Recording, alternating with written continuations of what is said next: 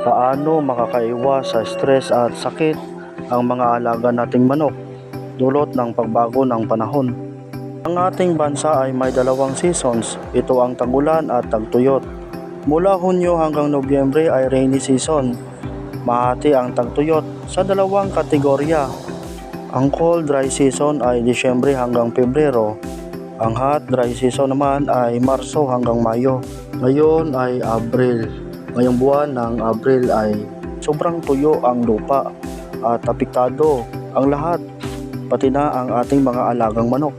Kaya ano ang dapat gawin sa mga alaga nating manok?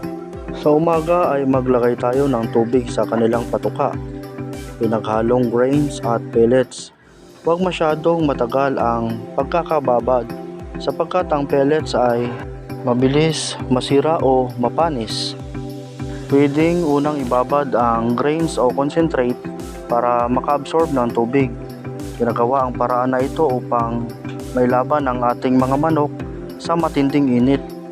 Huwag tayong maghalo ng mais sa patuka natin tuwing umaga sapagkat ang carbohydrates ay nagbibigay ng init. Maaaring magbigay ng kaunting mais sa hapon at tuyong pagkain o patuka upang may panlaban sa lamig tuwing gabi. Maglagay ng tubig at electrolytes para sa inumin ng ating mga alagang manok. Maling gawin ang paglagay ng tubig o inumin ng manok sa lugar na direktang nasisikatan ng araw sapagkat ito ay magbubunga ng mga mikrobyo. Maglagay ng maraming pasilungan sa lugar kung saan ang range area at palahian. Bakit nagkakasakit ang mga alaga nating manok?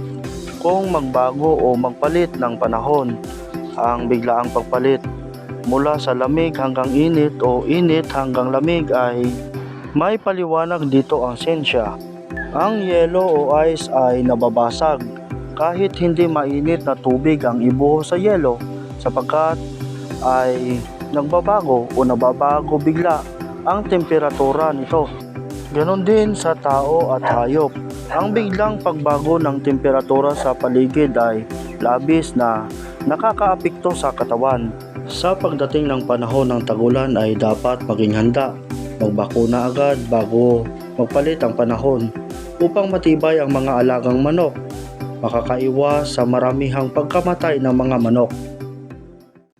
Yan lamang po ngayon ang aking maibabahagi. Like and subscribe na po.